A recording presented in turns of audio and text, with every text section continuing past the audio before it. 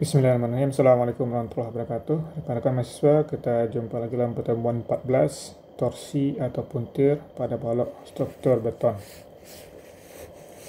Kita masuk ke teori torsi atau puntir pada balok sesuai dengan SNI 2847 2019 pasal 22.7.3 terbagi dua jenis torsi ya.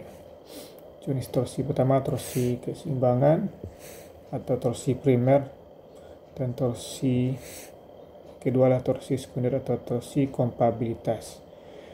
Apa itu torsi keseimbangan atau torsi primer?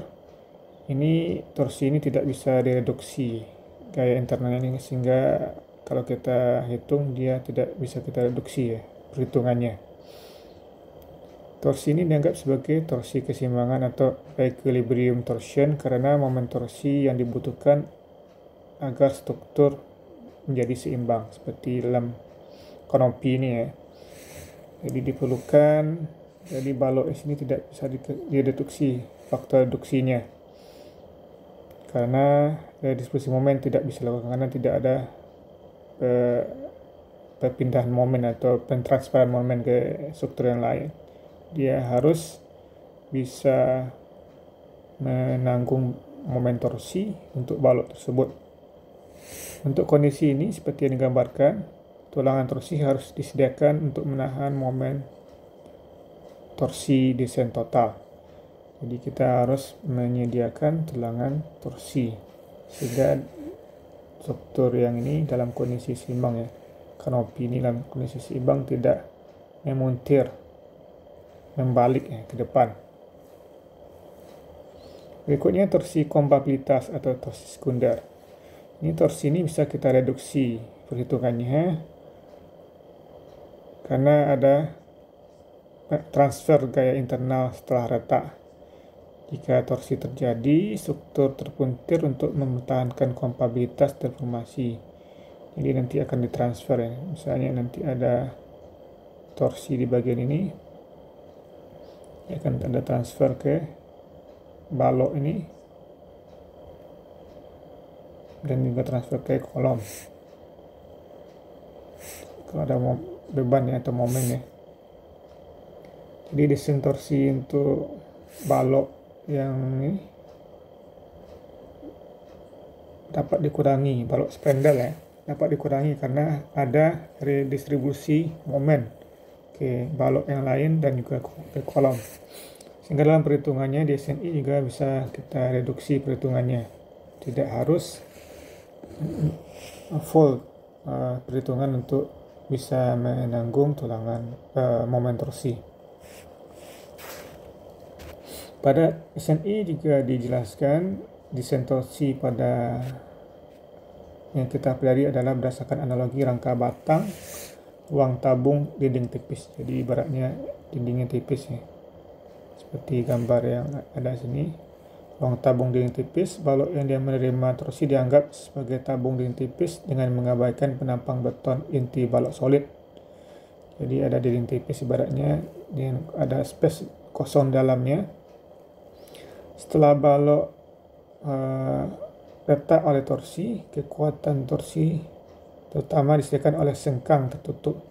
Jadi nanti ada sengkang tertutup dan tulangan longitudinal yang ditempatkan di dekat permukaan, sehingga dalam analogi tabung dinding tipis, kekuatan diasumsikan disediakan oleh kulit luar penampang secara kasar terpusat pada sengkang, terpusat dalam sengkang tertutup. Baik penampang berongga maupun solid dianggap sebagai tabung dinding tipis, baik sebelum maupun sudah retak. Ini analogi ya untuk perhitungan torsi. Ini adalah torsinya, puntirnya, memuntir. Jadi di tabung dinding tipis tertutup, hasil perkalian tegang geser dan tebal dinding di sembarang titik di perimeter tabung diketahui sebagai aliran gaya geser. Jadi ini adalah aliran gaya gesernya. Ada dengan nilai Q sama dengan ketegangan geser dikali tebal dinding geser. Aliran geser Q akibat torsi seperti di gambar dan terjadi secara konstan pada semua titik di perimeter tabung dan bekerja di tengah ketebalan dinding tabung. Jadi bekerja di dalam ketebalan dinding tabung.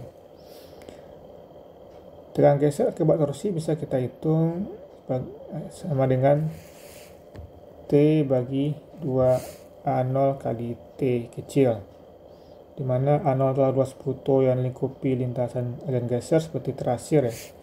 Jadi seperti yang kita hasil adalah ruas yang kita hitung sebagai A0, termasuk luas lubang. Sementara T adalah tebal dinding pada titik di mana T dihitung di tebal dindingnya.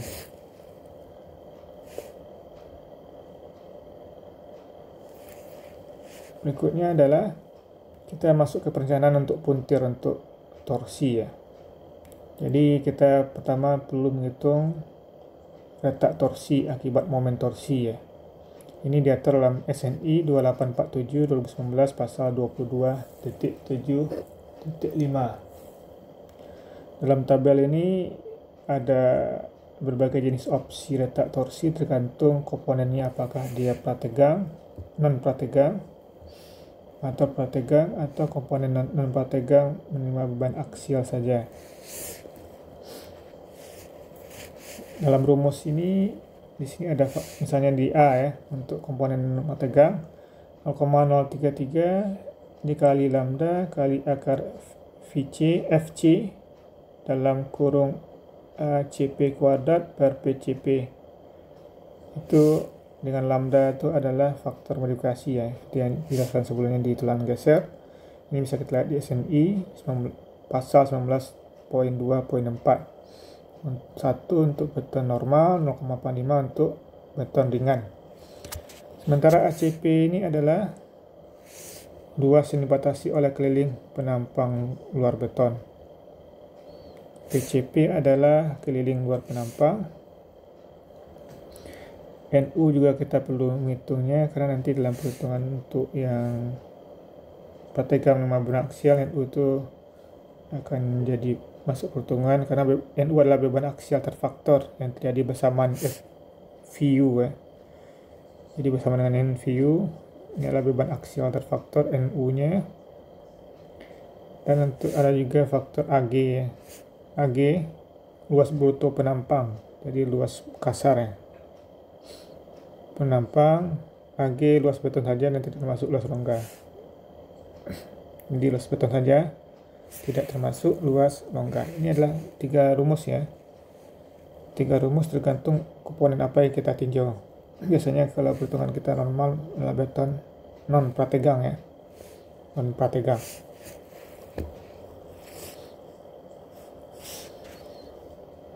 Berikutnya untuk perencanaan untuk puntir, pengaruh puntir dapat diabaikan bila nilai momen puntir terfaktor kecil dari faktor reduksi momen karena retak ya. Letak torsi dibagi 4. Jadi kalau dia TU-nya kecil dari 1/4 faktor reduksi dari momen letak itu ya, letak torsi itu, kita tidak perlu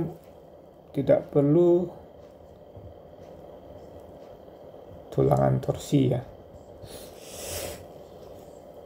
Jadi kita bisa cari dengan, atau kita bisa cari dengan apakah dia kecil dari TU kecil sama dari faktor reduksi akar VC per 12 dalam kurung ACP kuadrat per PCP. Itu untuk non prategang. Biasa ya non prategangnya. Bagaimana kalau non prategang yang dibani aksial atau kayak tarik? Rumusnya menjadi TU kecil sama dari faktor reduksi dikali VC akar VC per 12 ACP kuadrat PC per PCP akar 1 tambah 3NU per AG akar FC. Jika kondisi tersebut terlewati, berarti kalau dia terlewati adalah TU-nya besar dari itu ya, besar dari 1/4 TCR misalnya. Maka diperlukan tulangan torsi pada penampang untuk mengukur momen puntir atau momen torsi, di mana ini adalah faktor reduksi ya, 0,75. Untuk torsi kompabilitas ya, tadi kita jelaskan kompabilitas ya, jadi berarti itu bisa kita reduksi, jadi sehingga pada torsi kompabilitasnya struktur statis tak tentu ya, di mana dapat terjadi pengurangan momen puntir di sini, karena ada redistribusi ya, ada transfer gaya dari balok satu ke balok spindle ke balok utamanya, yang disebabkan gaya tersebut dia transfer ya, akibat adanya keretakan. Momen puntir atau faktor maksimum TU dapat dikurangi menjadi, jadi ada pengurangan. Jadi dengan adanya transfer itu untuk torsi kompabilitas rumusnya menjadi untuk komponen struktur prategang TU kurang kecil dan sama dari faktor reduksi akar VC akar FC per 3 HCP kuadrat per PCP. Jadi kalau tadi per ibaratnya per 12 ya, tadi per 12, sekarang per 3. Untuk non prategang ada beban, ada gaya tarik dan tekan aksial, jadi TU kecil sama dari faktor reduksi FC akar FC ya per 3 dalam kurung ACP kuadrat per PCP akar 1 tambah 3NU per AG akar FC. Jadi ada 3 di sini, kalau tadi 12 sekarang 3, bisa dikurangi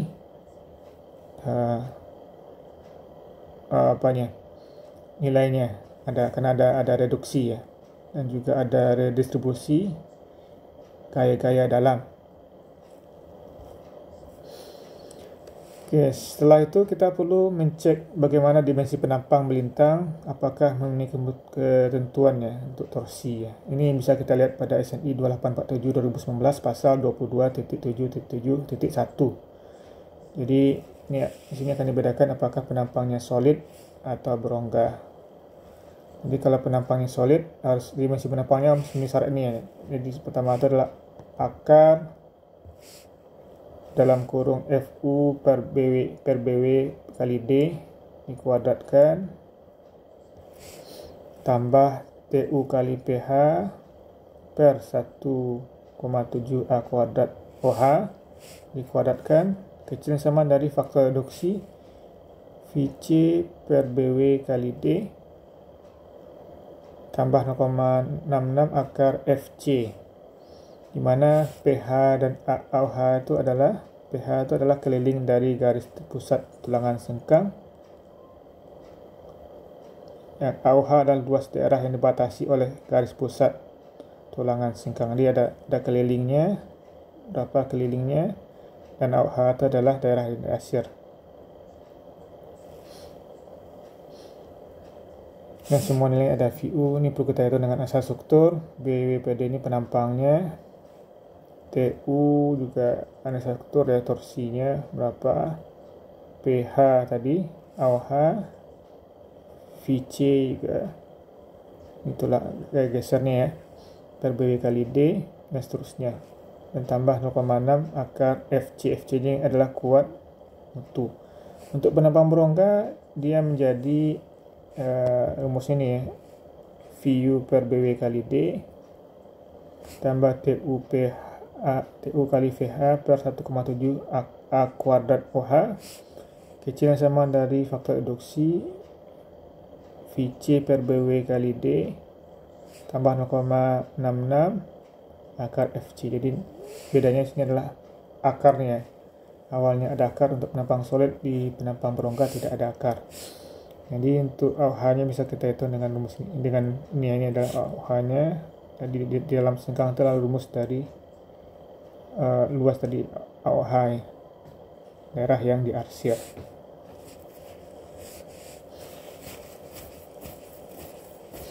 Untuk penampang berongga, untuk dimensi penampang tadi ya, jika tebal dinding bervariasi di seputar garis keliling penampang berongga, maka persamaan atas harus dievaluasi pada lokasi di mana pada ruas kiri persamaan. Jadi ada ruas kiri ini akan kita evaluasi ya, atas mencapai nilai maksimum. Jadi jika dindingnya bervariasi, nanti ada nilai maksimum ya untuk ruas kiri ini, TU kali PH per 1,7 A kuadrat OH. Jika tebal dindingnya kurang dari AOH per PH, maka nilai suku kedua pada persamaan di atas jadi kita ubah jadi ini ya.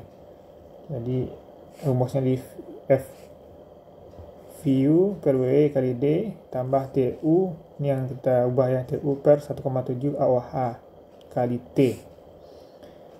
Jadi nilai yang kita ubah saja, ini yang kita ubah jika tebal dindingnya kurang dari AOH per PH, di mana T adalah tebal dinding penampang berongga pada lokasi di mana tegangan sedang diperiksa. Oke, untuk kuat leleh rencana untuk tulangan puntir non prategang tidak boleh melebihi 400 megapascal ya. Jadi nilainya untuk tegangan lelehnya adalah 400 megapascal. Itu kita lihat dari FYT. Tulangan yang membutuhkan untuk menahan puntir harus ditentukan dari nanti dari SNI 2847/2019 diatur untuk tulangan yang dibutuhkan untuk menahan puntir pada pasal 22.7.6, di mana persamaannya adalah faktor reduksi kali Tn, faktor reduksi Tn besar sama dari Tu ya. Ini adalah faktor reduksi, Tu adalah momen faktor pada penampang yang tinjau, Tn adalah kuat momen puntir nominal penampang. Jadi tulangan sengkang untuk puntir harus direncanakan berdasarkan persamaan ini ya. Jadi ada Tn itu adalah rumusnya ini. Tn sama dengan 2A0 kali AT kali FYT tegangan leleh rencana ya. Per S spasi ya. Kod sudutnya berapa? Dengan A0 adalah dengan A0 dikecualikan ditentukan berdasarkan analisis dapat diambil sebesar. Jadi A0 itu bisa kita ambil 0,85 AOH. Ya, kalau kita tahu AOH-nya berapa, kita kalikan 0,85. Nilai sudutnya tidak boleh kurang dari 30 derajat dan tidak boleh lebih besar dari 60 derajat. Jadi antara 30 dan 60. Dengan dari rumus Tn ini kita bisa menjadikannya rumus kedua T per S sama dengan Tn per 2A0 FYT kali kod sudut ya. Berikutnya kita perlu juga tulangan longitudinal tambahan ya. Jadi ada syarat juga kalau kita mau menambah tulang longitudinal untuk menahan momen puntir, di mana nilainya adalah AL ya. Ini tulang longitudinal tambahan itu AL sama dengan AT per S ya. AT per S yang kita cari tadi, AT adalah rumusnya ini tadi ya. AT per S Tn per 2A0 FYT kod sudut dikali PH. PH itu adalah keliling dari garis pusat tulangan sengkang torsi terluar, jadi kelilingnya.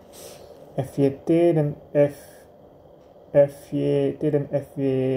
FYV adalah sama nilainya. Ini sama. Adalah kod kuadrat sudut. Jadi tadi sudutnya tidak boleh kurang dari 30 dan tidak boleh lebih dari 60 derajat. Tulangan untuk menahan puntir harus disediakan sebagai tambahan terhadap tulangan yang diperlukan untuk menahan gaya geser juga, gaya lentur, aksial yang bekerja, serta kombinasi dengan gaya puntir. Dalam hal ini, persyaratan yang lebih ketat untuk spasi dan pendapatan harus dipenuhi. Berikutnya adalah ketentuan detail tulangan puntir. Tulangan torsi, tulangan puntir harus terdiri dari batang tulangan longitudinal atau ya, bisa di longitudinal seperti tulangan lentur ya, longitudinal atau tendon dan salah satu atau lebih dari hal berikut. Jadi ada sengkang tertutup. Jadi selain tulangan longitudinal, torsi itu bisa, tulangan puntir itu bisa kita pakai tulangan longitudinal atau sengkang tertutup, sengkang tertutup yang dipasang tegak lurus terhadap sumbu aksial komponen struktur, atau jaringan tertutup seperti jaring kawat las dengan kawat transversal yang dipasang tegak lurus sumbu aksial komponen struktur, atau tulangan spiral. Untuk tulangan sengkang itu sendiri harus diangkur ya dengan cara menggunakan kait standar 135 derajat dipasang sekeliling tulang longitudinal, atau untuk daerah di mana beton yang berada di sekitar angkur dikekang terhadap spaling oleh bagian sayap penampang atau plat atau komponen struktur sejenis. Berikutnya, tulangan puntir longitudinal harus mempunyai panjang penyaluran yang cukup di kedua ujungnya. Jadi ada penyaluran ya, kita lebihkan. Untuk tulangan longitudinal ini Pada penampang berongga, jarak dari garis tengah tulangan sengkang ke puntir garis tengah tulang sengkang puntir ke permukaan dalam bagian dinding rongga tidak boleh kurang dari 0,5 ya, AOH per PH. Ini adalah jarak dari garis tengah tulangan sengkang puntir ke permukaan dalam bagian dinding berongga. Berikutnya kita masuk ke ketentuan tulangan puntir minimum ya. Jadi tulangan puntir minimum harus disediakan pada daerah di mana puntir terfaktor TU melebihi nilai yang disyaratkan tadi ya.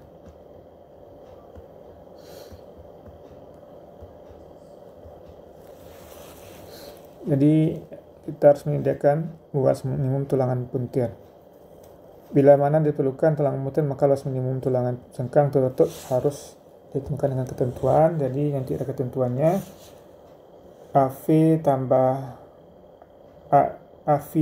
2AT sama dengan 75 akar FC per 1200 tambah BW kali S per FYV, di mana AV tambah 2AT tidak boleh kurang dari 1/3 BWS per FYV. Bila mana tulangan puntir, mana diperlukan tulangan puntir, maka luas total, kalau tadi luas minimum, maka luas total minimum tulangan puntir longitudinal harus dihitung dengan ketentuan AL min sama dengan 5 akar FC kali ACP per 12 FYL dikurang AT per S kali PH kali FYV per FYL. AT tidak boleh kurang dari BW per 6 FYV.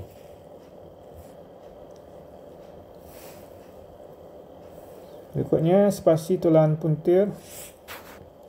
Jadi tidak boleh melebihi untuk spasi tulang sengkang puntir. Tidak boleh melebihi nilai terkecil antara PH per 8 atau 300. Jadi kita bagi PH per 8 atau 300. Jadi itulah spasinya. Tulang longitudinal yang dibutuhkan untuk menahan puntir harus didistribusikan di sekeliling perimeter sengkang tutup dengan spasi tidak melebihi 300 mm. Batang atau tendon longitudinal tersebut harus berada dalam sengkang. Pada setiap sudut sengkang tutup harus ditempatkan minimal satu batang tulangan atau tendon longitudinal. Diameter batang tulangan longitudinal harus minimal sama. Jadi diameter batang tulang longitudinal harus minimal sama dari 1/24 spasi sengkang, tapi tidak kurang dari 10 mm. Jadi diameternya tidak boleh kurang dari 10 mm. Berikutnya tulangan puntir harus dipasang melebihi jarak minimal BT tambah D. Berarti BT itu adalah lebar bagian penampang yang membatasi sengkang tertutup yang menahan puntir di luar daerah di mana tulang puntir dibutuhkan secara teoritis. Ini adalah langkah-langkah untuk desain balok untuk yang dibebani torsi, geser, dan momen. Jadi ada langkah-langkahnya, silakan dibaca ya. Jadi langkah pertama itu kita tentukan gaya geser, momen, dan diagram torsi. Berikutnya kita tentukan apakah torsi itu dapat dibayarkan atau tidak dengan TU kecil dari faktor dosi F akar FC per 12 dan seterusnya. Berikutnya kita cek dimensi penampang dengan rumus ini. Kalau dia solid, ini kalau dia berlonggar, kita cek dimensi penampangnya. Langkah keempat adalah kita tentukan luas tulangan untuk momen lentur, luas tulangan geser untuk geser vertikal.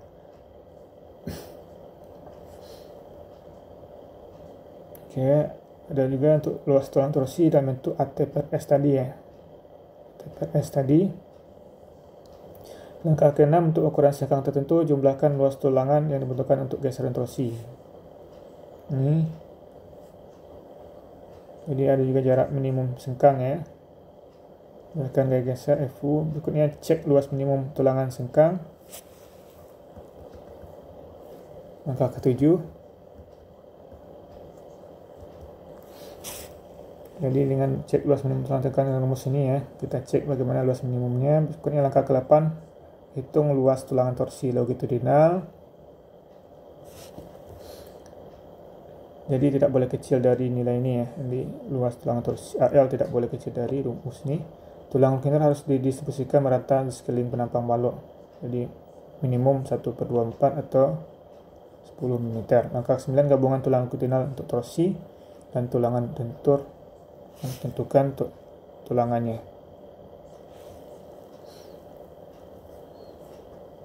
Oke, ini ada contoh soal. Saya harap akan dibaca saja ya. Jadi kita pertama itu dengan soal balok cantilever ini juga didesain untuk puntir ya. Jadi ada beban merata yang bekerja, ada FC-nya, ada FY-nya di sini. Pertama kita tentukan dulu tinggi minimum baloknya berapa. Berikutnya kita desain tulangan lenturnya MU-nya, untuk pertama dengan desain tulangan tunggal ya. Berikutnya kita cek apakah torsi dapat diabaikan, dan kita tentukan berapa tulang gesernya. Dan nanti kita cek geser akibat beban luar sejarak D ya, atau sama dengan 360. Dan kita dalam bentuk AT per S nya, dalam bentuk AT per S nya berapa. Jadi setelah kita tentukan AT per S nya, kita tentukan tulangan yang bergantung untuk torsi juga AT per S dengan rumus yang telah kita bahas tadi ya. Berikutnya AT per S tadi kita tambahkan antara AT per S geser dan torsi ya, sehingga dapatlah misalnya 0,486. Jadi kita pakai diameter 10, maka AT nya adalah 100. Jika kita pakai ini ya, berarti kita masukkan ke sini luas tulangan nih. Kalau diameternya berapa, berarti luasnya berapa, kita bagi spasinya, kita bagi dengan spasi. Jadi spasinya bisa kita hitung ya berapa.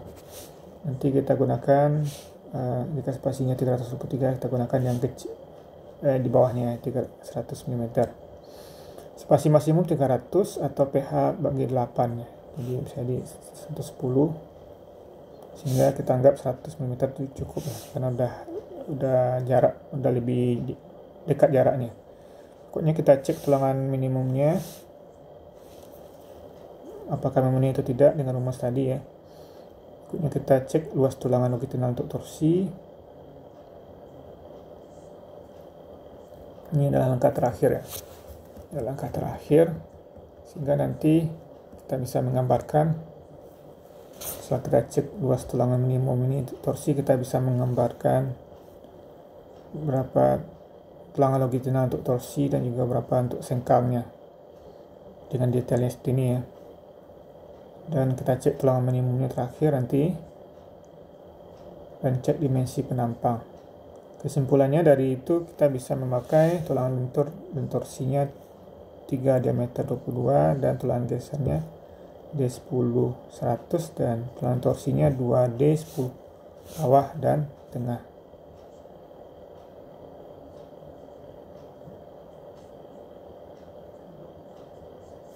Inilah tulangan torsi. Mungkin itu yang bisa saya sampaikan untuk pertemuan kali ini. Terima kasih atas perhatiannya. Kita tutup dengan lafaz hamdalah. Alhamdulillahirabbil alamin. Assalamualaikum warahmatullahi wabarakatuh.